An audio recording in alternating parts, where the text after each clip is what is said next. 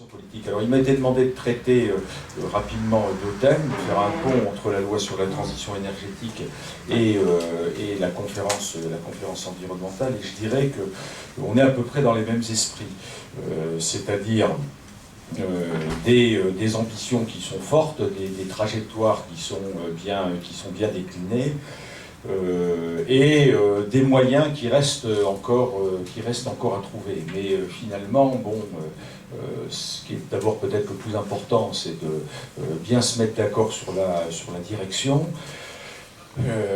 Et puis, plus on est d'accord collectivement sur une direction, plus on finit par retrouver les moyens nécessaires. Pourtant, c'est la Lune et c'est pas les doigts qui s'agitent.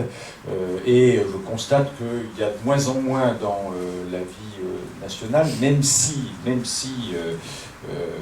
c'est pas pour ça que, évidemment, tout est gagné. Il y a pratiquement plus de climato-sceptiques dans notre pays. Ça, c'est déjà acquis, même si, bon, on trouve toujours quelqu'un qui veut créer le best-seller ou l'article du jour, parce que c'est un peu la sociologie, même la sociologie des sciences. Bon, il n'y a plus de contestation. Ceci dit, entre le fait de dire oui, c'est un problème qu'il faut régler, mais c'est le grand problème de la société, le grand problème de l'humanité, par conséquent il faut y consacrer tous les moyens, il y a encore très très loin de la coupe aux lèvres, parce qu'on voit très bien que la problématique, c'est pour nous de quand même changer ou de complètement réorienter un modèle de société. Le libéral que je suis, qui a commencé son engagement en me disant le monde parfait, c'est un monde où il n'y a pas de règles et où l'individualisme se construit et s'épanouit dans ce marché libre, bon, a complètement changé son logiciel, parce que je suis vraiment convaincu que le monde sans règles, c'est complètement incompatible avec ne serait-ce que l'évolution souhaitable des questions environnementales et de la question du carbone. Avec une fiscalité qui, enfin, normalement, devrait arrêter de faire des yo-yo, parce que la première problématique en matière de logement, c'est ce changement des outils fiscaux qui font qu'on n'y comprend rien entre le monde consommateur, enfin, le propriétaire a compris quelque chose, met en place le dispositif, de toute façon, ça a changé. Et puis, souvent, il se dit, comme ça va changer, on fait rien. C'est pas du tout caricatural, c'est exactement ce qui se passe dans la tête des particuliers, voire des prescripteurs des entreprises. Donc, on est passé d'un mécanisme de yo-yo fiscal à, normalement, des outils qui doivent être stabilisés. Je pense notamment au crédit d'impôt transition énergétique. On a revisité l'éco-prêt à taux zéro, qui ne fonctionnait pas alors que c'est un des instruments principaux, on le voit partout dans tous les pays qui nous entourent. S'il n'y a pas d'incitation financière, ça ne marche pas. L'incitation financière, c'est le fonds chaleur de l'ADEME, et le fonds chaleur de l'ADEME est tellement complexe à utiliser qu'on a beau dire on le double, on n'utilise même pas les 200 millions actuellement du fonds chaleur. Vous rajoutez le fait que bon, l'ADEME, il va pas, attend que les collectivités y aillent.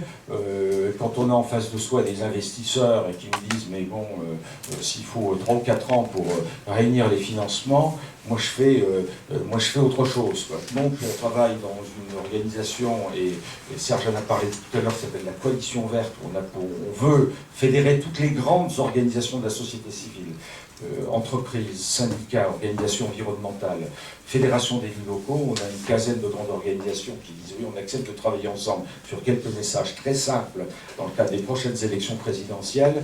On s'était dit, bon, on est fou de faire reposer tous ces gens-là ensemble. Finalement, on se rend compte qu'il y a 3-4 mesures où tout le monde est d'accord. Et la première mesure, c'est la gouvernance, c'est-à-dire la prise de décision, la simplification dans la décision, la décentralisation des normes et surtout la stabilité dans les outils. Le but, c'est d'avoir un seul outil auquel s'adressent les propriétaires, outil qui fait un bilan énergétique gratuit. On a trouvé des financements, c'est l'équivalent de 400 ou 500 €, qui va rechercher toutes les aides, qui va revoir, et qui va chercher les financements, et qui va revoir le propriétaire en disant, nous, on vous garantit, si vous faites telle opération d'investissement, tel équilibre dans votre opération. Ça paraît le bon sens. J'étais à Londres il y a 15 jours, 3 semaines. Pourquoi le transport à Paris, c'est le bazar comme ça? Pourquoi à Londres, c'est fluide, aussi fluide, même si les tarifs ne sont pas les mêmes? C'est parce qu'il y a un seul opérateur unique. Un opérateur unique qui est le patron des gares, qui est le patron du métro et du RER, qui est le patron des rues, qui est le patron des feux rouges, qui est le patron des gares, et qui est le patron des licences de taxi. Et voilà, moi je pense que c'est pas un problème de moyens, c'est un problème réellement de gouvernance. Bon. Mais bon, moi ça fait 10 ans que je vais dans toutes les conférences internationales sur le réchauffement climatique. Bon, on nous a dit Copenhague c'est un échec et vous allez voir ce que vous allez voir, on va faire beaucoup mieux. Copenhague n'était pas un échec puisque c'était la première fois que tout le monde se retrouvait et on s'est fixé un objectif quand même de 2 degrés d'augmentation de température à pas dépasser. Bon, on s'est dit, voilà, après plusieurs conférences, on va complètement s'engager lors de la conférence de Paris, et il faudra que cette fois-ci, ça soit un accord juridiquement contraignant sur la base de tous les engagements de pays du monde et avec les moyens qui vont derrière. On voit bien qu'il y a une somme d'engagement très précis qui n'est pas suffisante, puisque la somme des engagements, c'est 3 degrés d'augmentation de température. Bon, la communauté internationale est un peu en train de rentrer dans la nasse. Moi, je pense que c'est la partie qui me semble la plus intéressante. Bon. Il y a une partie où on est faible, c'est la partie des financements. L'Union européenne elle-même, le 8 décembre dernier, je crois, s'est mis d'accord à 10 pays, hormis le Royaume-Uni, qui a déjà une taxe sur les transactions financières qui rapporte à peu près 5 milliards d'euros par an, s'est mis d'accord pour s'engager dans le courant de l'année prochaine sur une taxe sur les transactions financières. Et l'enjeu, c'est de faire en sorte qu'il y ait des moyens directs affectés dans la transition énergétique. Alors moi, j'ai 2 grands sujets de frustration. D'abord, il n'est pas juridiquement contraignant, mais est-il possible qu'un accord soit juridiquement contraignant international? Oui et non. Il y a des accords qui sont juridiquement contraignants. Pour l'OMC, bon, il y a des sanctions financières qui arrivent. Donc on dit, nous, c'est pas possible. C'est pas possible parce qu'on ne veut pas. J'étais très frappé, j'en finis là, par l'appel des grands groupes mondiaux, la conférence de l'UNESCO, finance, assurance, disant, nous, on a besoin tout de suite d'un prix du carbone. Alors, certains disant, oui, mais ils n'ont pas le prix du carbone parce qu'ils savent que de toute façon, on n'a pas le tout d'avoir un prix, ça ne va jamais se mettre en place. Enfin, bon voilà, moi j'ai confiance dans ces engagements. On demande un prix du carbone, bon, on n'en parle pas. Et puis quand on a demandé un prix du carbone, il faut savoir comment on régule l'économie mondiale avec le carbone. Alors on régule avec des taxes carbone.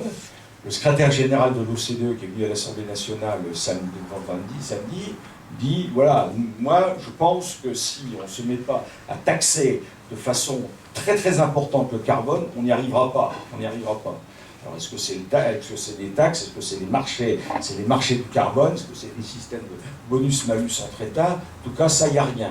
Ce qui réglera notre situation, c'est les conditions de mobilisation futures et les instruments qu'on mettra en place ces prochaines années. Voilà ce que je voulais vous indiquer. Je suis désolé de peut-être ne pas pouvoir suffisamment rentrer dans les détails dans un certain nombre de domaines. Puis comme on reste dans le temps, donc c'est bien. Voilà. Merci.